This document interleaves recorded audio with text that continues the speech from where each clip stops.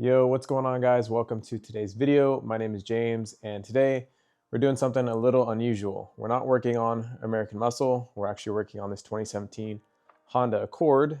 I pulled some codes on here, and it has a couple misfires. So out of 4 cylinders, 3 of them have misfires. So what I've done so far is I've removed this top cover that's right above the upper intake. It's held in place with 5 10mm bolts, and then you can just remove that guy out of the way. That'll let us get access to our coil packs, which I've already pulled out of the way. Those are also held in place with 10mm bolts, and since this is a 4-cylinder, we have 4 coil packs, so you can just remove those. I put all my bolts back in place just so that I know I won't lose anything. But like I said, because we have a misfire issue, it's going to be either spark, fuel, or air, and hopefully it's one of those 3. So by taking a look at the coil packs and looking at their end pieces, we can see if there's any damage, and that is one way to look at the electrical side. The next thing will be the spark plugs, which are still sitting down in right on top of the cylinders, and so I'll take those out and we can take a look at those. Fuel, we can look at our fuel injector, the fuel pump, the fuel rail or the fuel line, and then we have oxygen. So I will use a compression tester and I'll test the compression on all these cylinders. But like I said, since we have misfires on 3 out of the 4 cylinders, it'll probably be a lot easier to diagnose, and it'll probably come down to one issue. Before we go any further, I just want to have a little disclaimer. I'm not a mechanic. I'm not trained. I don't know what I'm doing. I have an idea of what I'm doing, and we're just giving it a shot.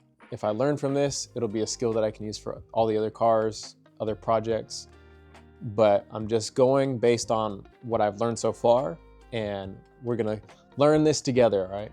Before I take out the spark plugs, I just wanna really quickly go back over to my coil packs. Even though it's not really likely that it's one of these, I just wanna take a look. You can see that it has a little bit of a wear mark on this first one for, I believe that's cylinder 1.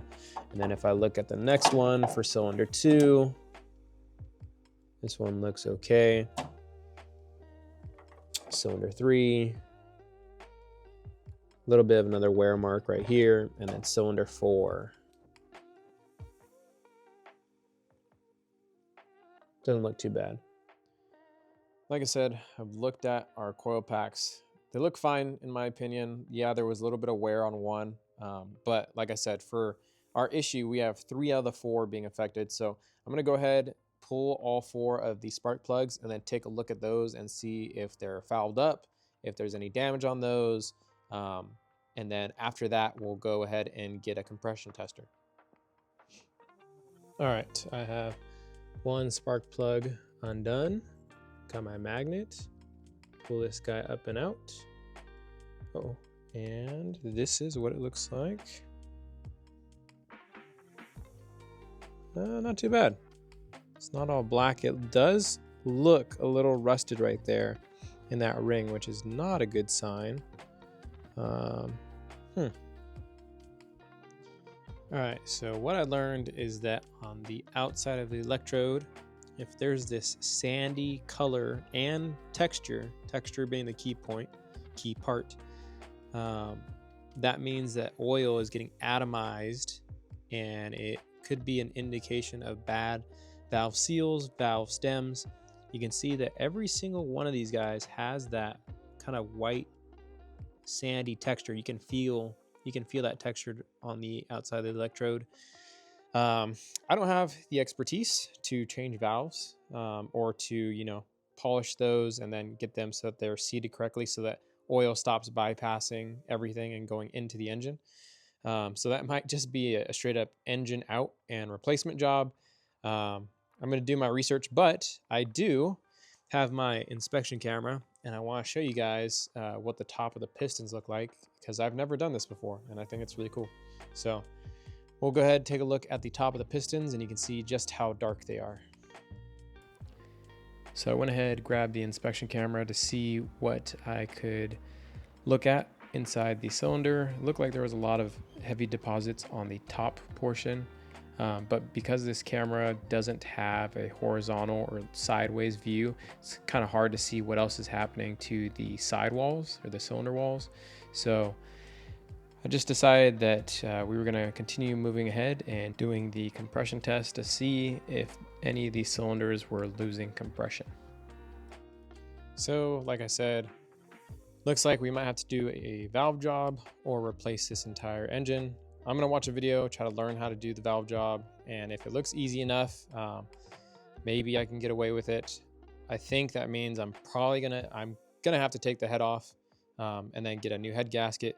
So if the time, the energy, and the new parts cost too much, then I'll just buy a used engine and then just go from there. But the last thing I want to do is I actually want to test the compression of each cylinder just to verify just how bad it is. So I went to O'Reilly's and grabbed this Innova compression tester. I also bought the adapters just to make sure that we have the right threads that'll match up with what we have for spark plugs. And so I'll go ahead, get this guy attached. I think I'll try to find the fuse so that it doesn't put fuel in there while we're trying to start the car. And that way it's just the starter cranking the engine. And then after a couple cranks, we'll get to see what our pressure is on this compression tester. And I'll look for the ideal range. I'm hoping it's somewhere between, like 100 and 150 is ideal. And then I think anything below 100 might indicate that it has not enough compression happening, have the compressors already slotted in to where the spark plug is usually seated. And I have it right here. Unfortunately, it doesn't stand up straight, so I can't read it from the driver's side. I'll just have somebody hold it for me. The next thing I want to do is remove all the rags. I don't want any rags falling in or any material that could possibly fall in the cylinder. I undid this fuse box cover so that I could locate the ignition coils. I'm going to remove the ignition coil fuse, and then on the interior of the car, underneath the driver's side, there's actually the fuel pump fuse. So I'm going to remove the fuel pump fuse and the ignition coil fuse, and then I'm going to go ahead and test the compression. And then I just want to write all these numbers down on a sheet of paper for reference later. Okay, for cylinder 4, we're at about 225 PSI. So I'll do the other 3 cylinders, write those numbers down, compare all the changes. We tested all of our cylinders for compression going from left to right, cylinder 1, 2, 3, and 4. Cylinder 1 was the greatest at 230 PSI, and then cylinders 2, 3, and 4 were all 212. So our greatest variation is 18 PSI between cylinder 1 and the rest of the cylinders. The compression does seem a little high, but I guess there's nothing wrong with that. The higher the better, or at least in terms of engine health, so it should be fine. But that kind of beats our original hypothesis that the valves are bad.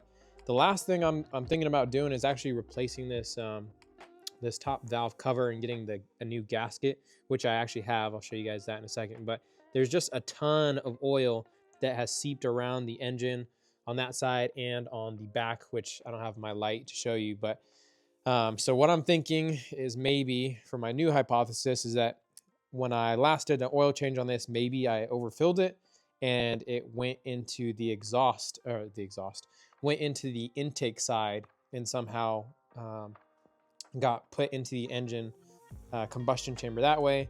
That's just what I'm thinking. Like I said, I don't know if that's actually true, but this is the new intake cover that I ordered a while ago, and it has a gasket right here, brand new. So maybe that'll help. I'm not too sure. I'm kind of getting stumped, I'm not gonna lie.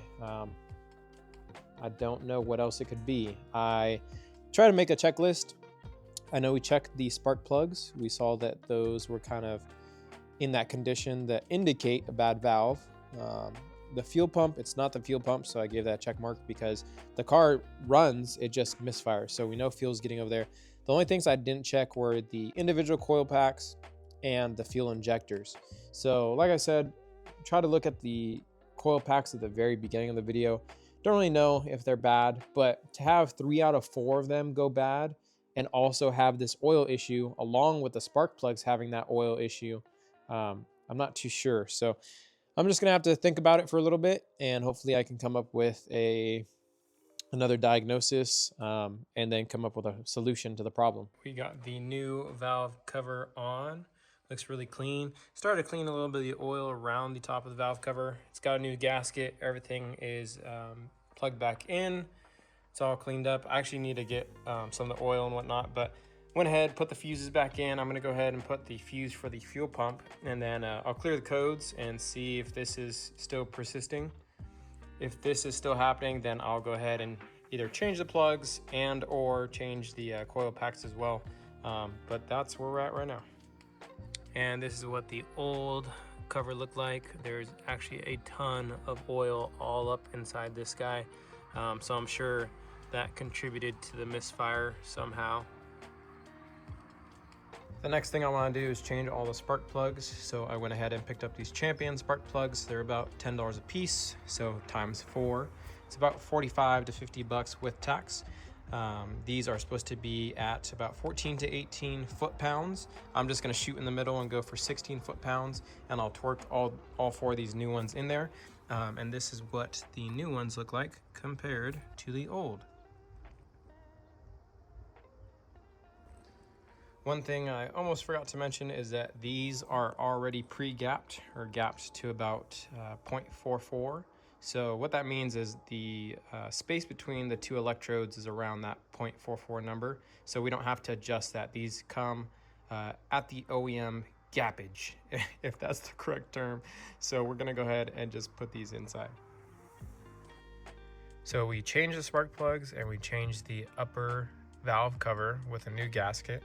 I went ahead, I cleared the codes, I ran the car, no more misfires. The only thing that we have now is a low tire air pressure. Turns out there was a nail in the back tire, so I got that changed out. No more codes, so we're gonna go ahead, drive this thing and see if anything pops up. All right, went on a little drive for about like 5-10 minutes, and there's no codes. The car seems fine. I don't know what. It's that awkward situation where I fixed something, but I didn't fix something. I have a feeling that this will come back eventually, but yeah, no codes. Car's running fine. I don't know what else to do, but that's gonna do it for this video, guys. I don't know what else to do. It seems like it's fixed, so I'm gonna say it's fixed.